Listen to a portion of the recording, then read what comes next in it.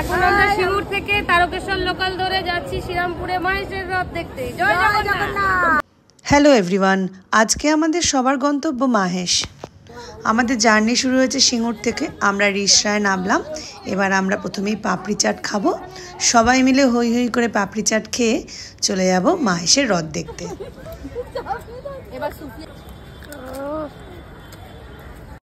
চটপটা পাপড়ি চাট খেয়ে প্রথমেই আমরা পেট পুজো করে নিয়েছি। এবার আমরা যাব সঞ্চিতার গাইডেন্সে পুরো মাহেশের রথ দর্শন করতে।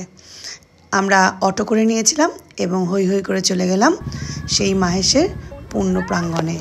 রথ মানে জিলিপি আর পাঁপড় ভাজা। রুবিদি সবার জন্য জিলিপি কিনছে।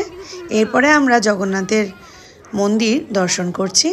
যদিও জগন্নাথ মন্দিরে নেই, তিনি তো রথে রয়েছেন, তবুও মন্দিরটা আমরা সবাই দর্শন করে নিলাম। এরপরে আমরা ভোগ নিলাম। এখানে ভোগ পাওয়া যাচ্ছিল আর এখানে মা লক্ষ্মীর ছবি ছিল। সবাই একটু একটু করে ভোগ খেয়ে আমরা এবার চলে যাব রথের দিকে। পশ্চিমবঙ্গের দ্বিতীয় প্রাচীনতম রথযাত্রা হলো আমাদের এই মাহেশের রথযাত্রা। 1396 সাল থেকেই পালিত হয়ে আসছে, প্রায় 625 বছর। তাই দর্শন করতে আমরা সবাই চলে এসেছি। এই জায়গায় রথটি সারা বছর থাকে। আর এখন আমরা চলে এসেছি রুবিদির শ্বশুর বাড়িতে। এতজন মিলে দুপুরবেলা বিরক্ত করতে চলে এসেছি সবাই আমরা। আপনার শরীর ভালো আছে তো? এখানেও মিষ্টি এবং জিলিপি খেলাম। খেয়ে তারপরে আমরা চলে যাচ্ছি মাহেশের রথ দেখতে। বহু প্রাচীন এই রথ, 1396 সাল থেকেই চলে আসছে এই উৎসব। এই উৎসবের প্রতিষ্ঠাতা ছিলেন কমলাকর পিপলাই। প্রথমে কাঠের রথ ব্যবহার করা হতো, পরবর্তীকালে এটি লোহার রথে রূপান্তরিত হয়।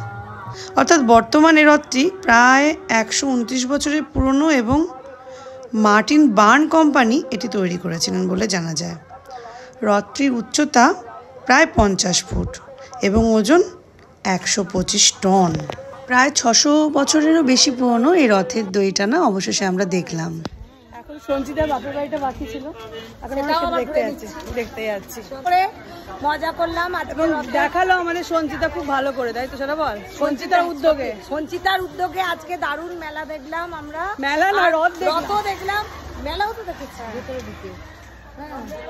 আমরা এখন মাহেশের রথ দেখে এখন সঞ্চিতাদির বাপের বাড়ি যাচ্ছি। তারপর ওখান থেকে আমরা আবার ট্রেনে করে যে যার গন্তব্যে চলে যাব।